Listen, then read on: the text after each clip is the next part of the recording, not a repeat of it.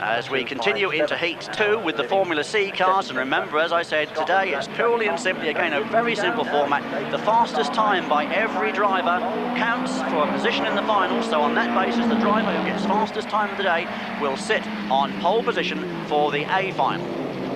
And then during the finals, the winners of the finals will be moving through to the back row of the next final and so on. So if anybody has a terrible qualifying session and comes way down the order, they can fight their way back through the finals to try and make the all-important A Grand Final. So we get the Formula C boys back in action here, going through.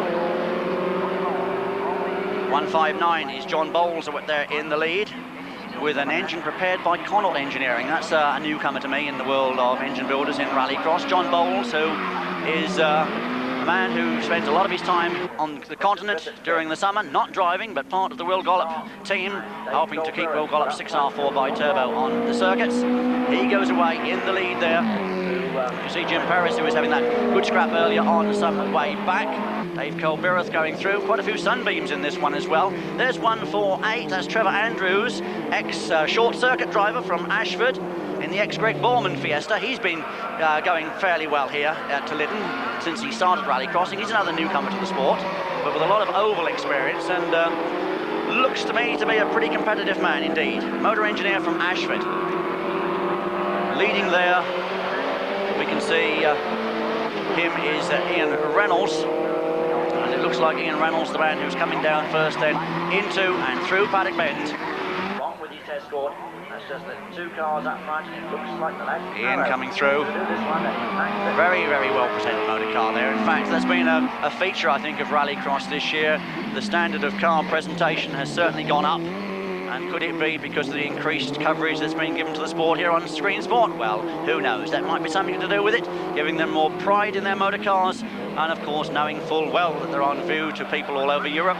And if you're going to pull a sponsor, then you certainly want a well-presented car to do it with. Hello and welcome to Lydden Hill for the second round of the Super Series, based here at the Kent Circuit. We shall be with you on Screen Sport throughout the winter months, but we get the action underway straight away as we see Tony Sharpe coming off very quickly as we start the qualification races leading into this afternoon's finals. And of course the event here at Lydden Hill has its own particular form of qualification and finals, all of the drivers mixed in together in the various formulas, not Formula A, B and C separately, as you've seen during our coverage of the British National Series, but they all, needless to say, have their own classes, but it's the highest finishing car from each class in the finals that takes the class award. They don't run separately during qualifying nor during the finals, but we'll give you more about that as we go through the afternoon and we get the qualification underway, as I said, with Tony Sharpe, the alarm engineer from Yolstead here in Kent, coming down with the rear-wheel drive Fiesta, well clear there.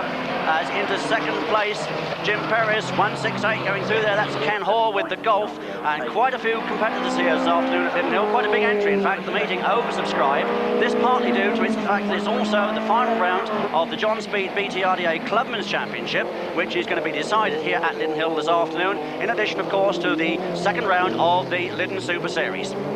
And there we can see Ken Hoare, the lad from down in Dorset, having a go at Jim Perez, trying to get around the outside of Jim as they come off the Chestnuts Drift area, tries the outside, looks to the inside as they go down into the elbow, but he's got the outside for the elbow, and I don't think he'll do it there. No, Jim Perez, 145 in the Popular Motors rear-wheel drive Mark III Escort, holding him off, but you can see Ken Hoare trying every way he can to find a way through as they go up the power-absorbing climb of Harry Hill, round the North Bend hairpin.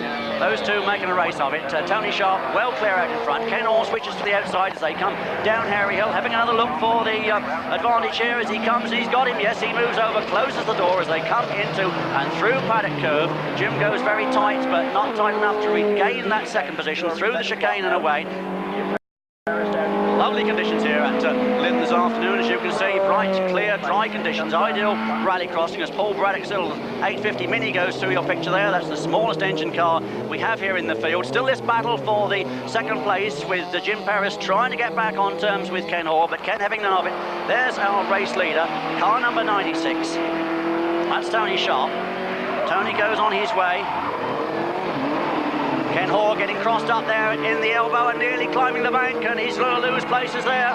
Ken Hoare in big problems, and he drops down into 4th place as our race leader comes down Harry Hill into and round Paddock Bend once again. Rear-wheel drive car for Tony, who's spent a lot of his time the other side of the Atlantic competing in motorsport in Canada and in America, and he's still got that lovely American accent, although he is actually a British driver, now residing back here in Britain. Dave Colbirth, we can see going through there with his Golf, but there's good drive coming from number 96, Tony Sharpe, as he brings the Fiesta away off Chessons onto the tarmac. Still Jim Perris in 2nd place, the Golf's lining up behind him, but no sign of making a challenge. And Tony Sharpe through in 3 minutes, 6.6 seconds.